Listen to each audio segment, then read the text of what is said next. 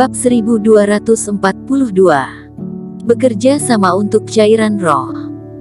Tepat ketika Erikin mengira kerja sama ini akan segera berakhir, sampai pagi menjelang, musang salju itu bereaksi lagi. Selain itu, Erikin menemukan bahwa musang sangat bersemangat kali ini. Mungkin ada perubahan berbeda kali ini. Keduanya sangat menantikannya, dan mengikuti musang ke ngarai. Ngarai sangatlah dalam, dengan tebing di kedua sisinya, dan hanya beberapa meter jalan yang melewatinya. Erikin dan Jeringu memiliki jimat tersembunyi yang melekat pada tubuh mereka, dan mereka terbang berdekatan di udara tanpa suara. Benar-benar sebuah mata air suci yang besar. Beberapa puluh meter jauhnya, Jeringu melihat celah di ngarai. Sebuah fragmen seukuran tengkorak tergeletak dengan tenang di antara bebatuan. Matanya langsung bersinar, dan napasnya menjadi sedikit pendek. Hati Erikin juga melonjak. Potongan besar dari mata air suci mengandung lebih banyak reiki daripada gabungan dari yang keduanya dapatkan sebelumnya. Kita harus mendapatkannya. Benda ini sangat menarik hati orang bahkan di daerah zona inti sekalipun. Ya Tuhan, akhirnya kita menemukan sesuatu yang bagus kali ini. Jeringu menarik Erikin dengan semangat dan tidak sabar. Tenang dulu dan lihat sekeliling. Erikin mendinginkan kepala Jeringu dengan sepatah kata. Ketika Jeringu memperhatikan sekelilingnya, dia hanya bisa dikejutkan oleh iblis monster kelelawar yang ramai. Langit tidak terlihat di kedua sisi ngarai. Di dalam ngarai yang panjangnya beberapa mil, ada dinding batu di kedua sisinya, padat dengan ribuan iblis monster yang tergantung terbalik. Ini, aku hanya bisa melihatnya, tapi tak bisa mendapatkannya. Ini sangat menjengkelkan.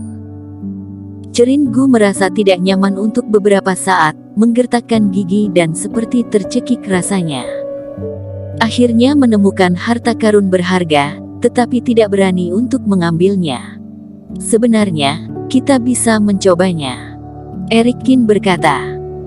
Jangan terburu-buru, aku tahu pedangmu agak kuat, tapi di sini terlalu banyak iblis monster, dan coba lihat di tengahnya, itu iblis monster fase distraksi. Jeringu berkata. Saat itu, jika kita membuat mereka marah, puluhan ribu dari mereka maju bersama. Ada tebing di kedua sisi dan kita tidak bisa melarikan diri. Jadi, kamu harus menggunakan otakmu. Apakah itu idiot sepertimu, hanya berlari saja untuk meraihnya? Dengan sepatah kata dari Erikin, Jeringu menggertakkan gigi karena marah. Erikin terdiam dan mengamati dengan seksama di bawah. Ia membuka dark eye untuk melihat lebih jelas daripada Jeringu. Di kedalaman ngarai, tidak hanya ada 3 iblis monster kelelawar fase distraksi tingkat 3 ke atas, ada juga pemimpin di fase distraksi tingkat ke-5. Di dasar ngarai bertebaran berbagai macam tulang, ada yang seperti tulang manusia, dan jumlah cukup banyak. Jelas, tempat ini telah ditemukan sebelumnya, tetapi mereka yang mencoba mendapatkan fragmen mata air suci semuanya mati di tangan iblis monster. Apa yang harus kita lakukan?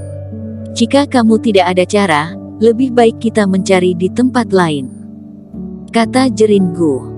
Ada yang sebesar itu, kenapa tidak diambil, dan malah mencari yang kecil? Kata Erikin. Lalu apa yang bisa kita lakukan? Apakah kamu punya cara untuk mendapatkannya? Kata Jeringu. Memang ada, kita bisa mencobanya sekarang. Erikin membawa Jeringu keluar ngarai dan melukis di tanah. Ini sepertinya formasi, kamu ternyata adalah master formasi, teriak Jeringu.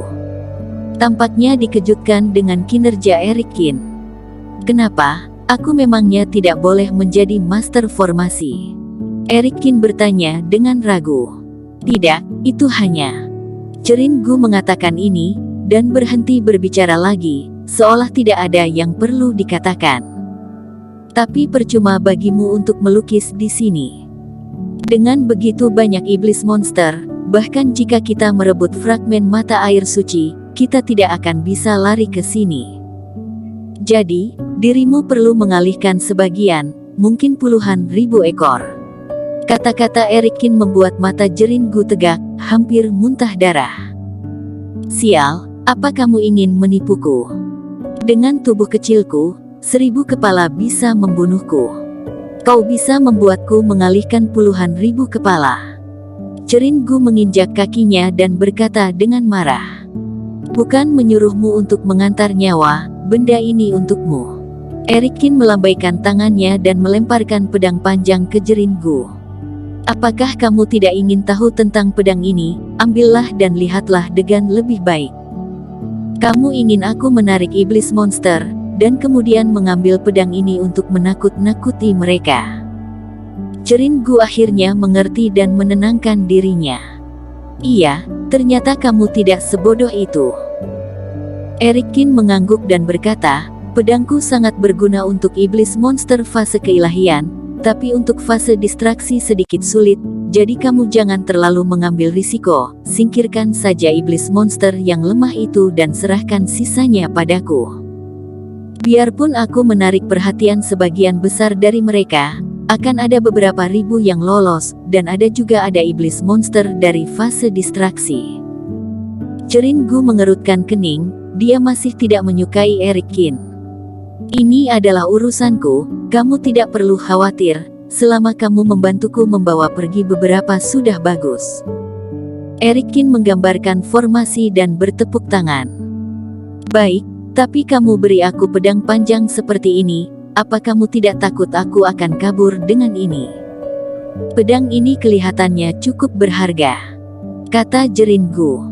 Kamu percaya padaku? Tentu saja aku percaya padamu juga. Dan bisakah kamu melarikan diri?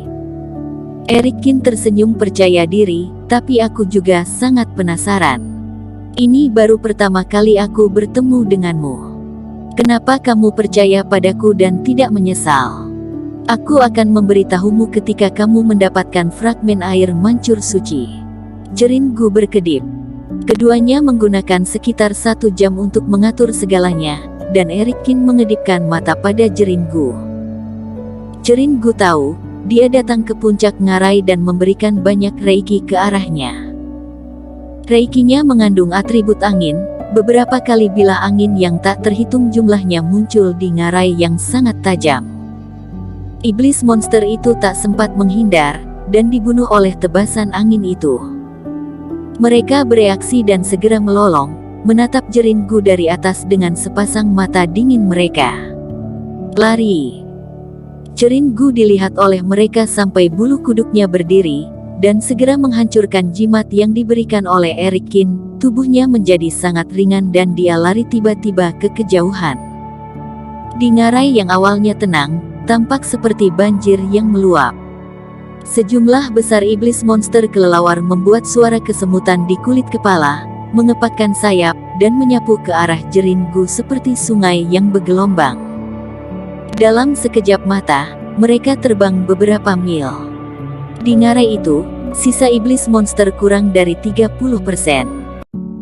Namun iblis monster fase distraksi masih tetap ada, dan tidak ada satupun yang pergi. Erikin terbang keluar dari ngarai. 3 iblis monster yang berada di fase yang cukup tinggi itu tiba-tiba terbangun dari tidur nyenyak mereka. Mereka berteriak dengan suara aneh, dan puluhan sayap panjang berkibar, bergegas menuju bagian atas Erikin seperti kilat. Kalian harus patuh, mengapa malah ingin membunuhku? Erikin menggelengkan kepalanya tak berdaya. Transisi alam semesta dikeluarkannya. Pertama kali gagal, tapi kedua kali, Erikin menghampiri fragmen seukuran tengkorak itu. Dengan satu genggaman, fragmen itu disambarnya langsung dari celah batu. Sial. Tidak masalah jika dia meraihnya, Erikin tertegun saat ingin mengeluarkan fragmen itu. Dari luar, ini hanyalah fragmen mata air suci seukuran tengkorak kepala, tapi siapa yang tahu kalau di dalamnya masih ada bagian yang tidak lebih kecil dari ukuran batu itu juga.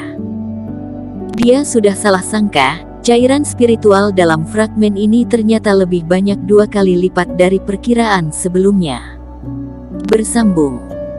Terima kasih telah menonton video ini sampai akhir. Jangan lupa subscribe dan nantikan kisah episode selanjutnya hanya di Novel Story. Salam.